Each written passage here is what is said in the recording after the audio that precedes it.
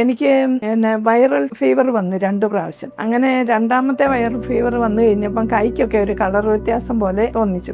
ആദ്യം തന്നെ ഡോക്ടറെ കണ്ടായിരുന്നു. രണ്ടാമത് ഡോക്ടർ പറഞ്ഞു കൈക്കൊരു കളർ വ്യത്യാസം പോലെയൊക്കെ തോന്നുന്നുണ്ടല്ലോ, നമുക്കൊന്ന് ബ്ലഡ് ഒന്ന് കൾച്ചർ ചെയ്യുന്ന കാര്യം പറഞ്ഞു. അങ്ങനെ കൊടുത്തപ്പോഴാണ് അന്നേരം അറിയുന്നത് ആർത്രൈറ്റിസിന്റെ ആരംഭമാണ്. അങ്ങനെ ഞങ്ങള് 8 വർഷത്തോളം ആയുർവേദം ചെയ്തു. പിന്നെ അത് കഴിഞ്ഞ് 2 വർഷം ഹോമിയോ ചെയ്തു നോക്കി. അത് രണ്ടും കഴിഞ്ഞിട്ടും ഒട്ടും നടക്കാൻ മേലാതെ ആയി കഴിഞ്ഞപ്പോഴാണ് ഡോക്ടറെ കാണാൻ പോയത്. അവിടെ ഫിസിഷ്യനെയാണ് കണ്ടത് ആദ്യം. അത് കഴിഞ്ഞ ഷേണായി സാർ വന്നു. ഷേണായി ഡോക്ടർ വന്നു കഴിഞ്ഞപ്പം പിന്നെ ഡോക്ടറെ കാണാൻ തുടങ്ങി.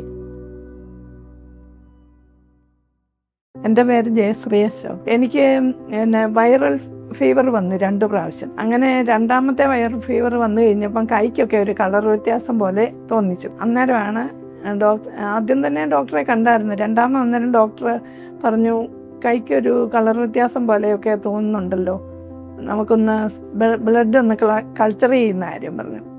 അങ്ങനെ കൊടുത്തപ്പോഴാണ് എരുമേലിൽ തന്നെ ഒരു ഡോക്ടറെ കണ്ട്. അങ്ങനെ നേരം കോട്ടയത്ത് കൊടുത്ത് ബ്ലഡ് കൾച്ചർ ചെയ്യിച്ചു മേടിച്ചു. അന്നേരം അറിയുന്നത് ആർത്രൈറ്റിസിൻ്റെ ആരംഭമാണല്ലോ. ആദ്യം ഞാനൊരു ഫിസിഷ്യനെ ആയിരുന്നു കണ്ടുകൊണ്ടിരുന്നത്. അന്നേരം പിന്നെ മരുന്ന് കഴിച്ചതിൽ നിന്നാണോ എന്നറിയത്തില്ല, കയ്യിലൊക്കെ ചെറിയ പിന്നെ വിരലിലൊക്കെ കുരു പോലെ ഉണ്ടായി. അത് കഴിഞ്ഞപ്പം ഡോക്ടർ അന്നേരം പറഞ്ഞു അത് പിന്നെ ഓപ്പറേഷൻ ചെയ്ത് കളയണോ, ഇല്ലെങ്കിൽ ഈ കൈയുടെ തള്ളവിരലിലായിരുന്നു. അന്നപ്പം അത് പിന്നെ ഓപ്പറേഷൻ ചെയ്യണമെന്ന് പറഞ്ഞപ്പോൾ ഞങ്ങൾ പിന്നെ പ്ലാസ്റ്റിക് സർജനെ കണ്ടു. അമൃതയിൽ വെച്ച് തന്നെ, അമൃതയിലാണ് പോയത്. അന്നേരം പിന്നെ അത് പിന്നെ ഓപ്പറേഷൻ ചെയ്യാനുള്ള ഭയം കാരണം പിന്നെ ഡോക്ടർ അന്നേരം ചോദിച്ചു ഏത് ഡോക്ടറെ ഇപ്പം കണ്ടുകൊണ്ടിരിക്കുന്നതെന്ന്. അന്നേരമാണ് പറഞ്ഞ് ഫിസിഷ്യനെയാണെന്ന് പറഞ്ഞപ്പം ഷേണായി സാർ അവിടെ ഉണ്ടല്ലോ എന്ന് പറഞ്ഞ് അങ്ങനെ ഷേണായി സാറിനെ കാണുകയായിരുന്നു ഞങ്ങൾ. അത് ഡോക്ടറെ കണ്ട് കാര്യങ്ങളെല്ലാം പറഞ്ഞു കഴിഞ്ഞപ്പം ഞാൻ കഴിച്ചുകൊണ്ടിരുന്ന ഒരു ടാബ്ലറ്റ് അങ്ങ് നിർത്തി. അത് കഴിഞ്ഞ് 1 മാസം കഴിഞ്ഞ് കഴിഞ്ഞപ്പം വിരലിലെല്ലാം തന്നെ അങ്ങ് പോയി. പിന്നെ ഓപ്പറേഷനൊന്നും ചെയ്യേണ്ടതായിട്ടൊന്നുമില്ല. ആയുർവേദത്തിലെ ഇതിന് ചികിത്സയുള്ളൂ, വാദത്തിൻ്റെ ആണല്ലോ. അങ്ങനെ ഞങ്ങൾ 8 വർഷത്തോളം ആയുർവേദം ചെയ്തു. പിന്നെ അത് കഴിഞ്ഞ് 2 വർഷം ഹോമിയോ ചെയ്തു നോക്കി. അത് രണ്ടും കഴിഞ്ഞിട്ടും ഒട്ടും നടക്കാൻ മേലാതെ ആയി കഴിഞ്ഞപ്പോഴാണ് ഡോക്ടറെ കാണാൻ പോയത്. അവിടെ ഫിസിഷ്യനെയാണ് കണ്ടത് ആദ്യം. അത് കഴിഞ്ഞ ഷേണായി സാർ വന്നത്. ഷേണായി ഡോക്ടർ വന്നു കഴിഞ്ഞപ്പം പിന്നെ ഡോക്ടറെ കാണാൻ തുടങ്ങി. അപ്പം കൈക്കൊക്കെ വേദന കാരണം തേങ്ങ ചിരണ്ടാനും ഒന്നും ബുദ്ധിമുട്ടായി.